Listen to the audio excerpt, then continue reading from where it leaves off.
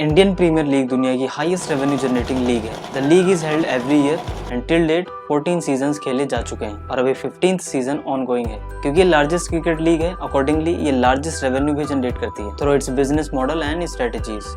IPL के business model में players acquisition, squad composition, T20 tournament format, salaries, match rules, prize money, teams, sponsorship, brand value, broadcasting and IPL governing council जैसी चीजें शामिल हैं। इसमें Bollywood celebrity से लेके one of the richest man Mukesh Ambani तक शामिल हैं, जो टूर्नामेंट में टीम्स की ओनरशिप रखते हैं। इस वीडियो में हम आईपीएल का बिजनेस मॉडल डिस्कस करेंगे और चेक करेंगे कि कितना इफेक्टिव और प्रोडक्टिव मॉडल है जो इतना large amount of revenue generate कर पाता है कि बड़ी बड़ी सेलिब्रिटीज और बिजनेसमैन इसमें इन्वॉल्व हैं। Let's get started.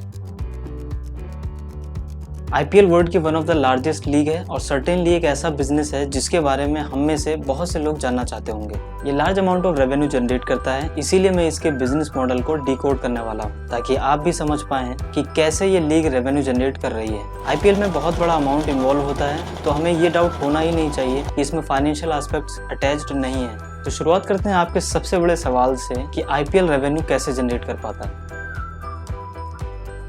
IPL various modes के थ्रू रेवेन्यू जनरेट करती है, जैसे sponsorship, franchisees, broadcast, ticket and merchandising. Sponsorship IPL में मेजर इनकम जनरेट करता है। Sponsors league as well as franchisees दोनों के लिए रेवेन्यू जनरेट करते हैं। इसी तरह हर बार इस लीग का कोई ना कोई स्पॉन्सर होता है। फॉर एग्जांपल लीग का करंट मेन स्पॉन्सर टाटा है। इसके अलावा टीम के भी अलग से स्पॉन्सर्स होते हैं जिनके नेम्स प्लेयर्स की जर्सीज पे प्रिंटेड होते हैं, जिनके लिए प्लेयर्स भी एडवर्टीजमेंट करते हैं। बीसीसीआई टाइटल और टीम स्पॉन्सर से large amount of revenue generate करती है। फ्रेंचाइजीज भी एक मेन सोर्स है रेवेन्यू जनरेट करने का। इनकी मार्केट में खुद की ब्रांड वैल्यू होती है जिससे ये good amount of revenue generate कर पाते हैं। इसके अलावा टीम की भी ब्रांड वैल्यू होती है जिसे हम आगे इस वीडियो में डिस्कस करेंगे। फ्रेंचाइजीज बेसिकली दो प्रोसेस से काम करती हैं। Number 1 bids, number 2 franchise rights.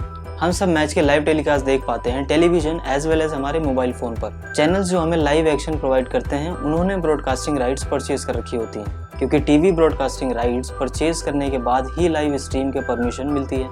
ये भी मेजर सोर्स ऑफ इनकम में से एक है। लेकिन ब्रॉडकास्टर से जो भी मनी रेज होती है उसे फ्रेंचाइजेस और टीम के बीच में डिवाइड किया जाता है। टिकट्स, ये एक fundamental and well known factor है और हम जानते हैं कि जो भी अमाउंट टिकट सेलिंग से जनरेट हो रहा है वो डायरेक्टली लीग को जा रहा है, पर इसमें से कुछ पोर्शन स्टेडियम और उस स्टेट को दिया जाता है जहां मैच खेला जा रहा होता है। मर्चेंडाइजिंग, क्योंकि आईपीएल का क्रेज इतना ज्यादा है कि इसको आसानी से बेच के काफी पैसा रेज किया जा सकता है।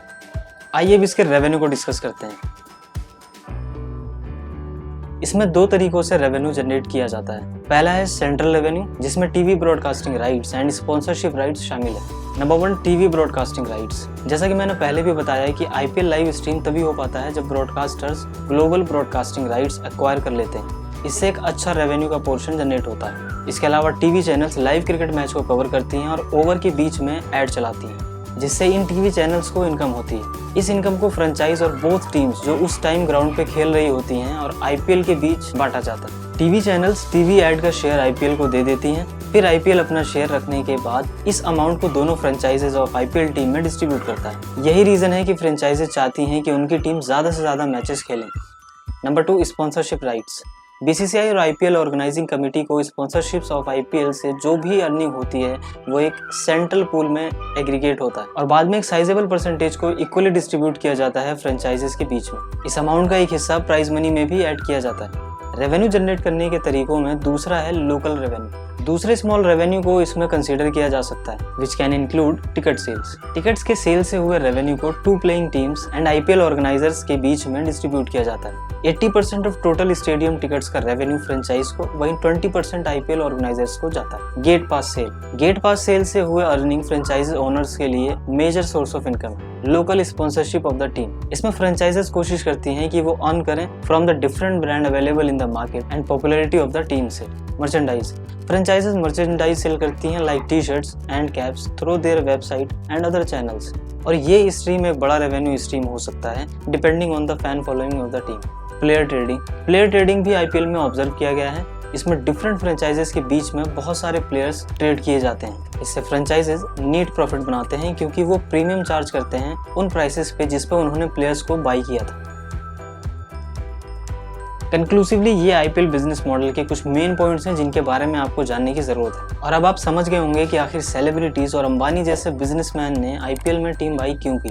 आई hope this video was informative. Don't forget to subscribe our channel for more financial information.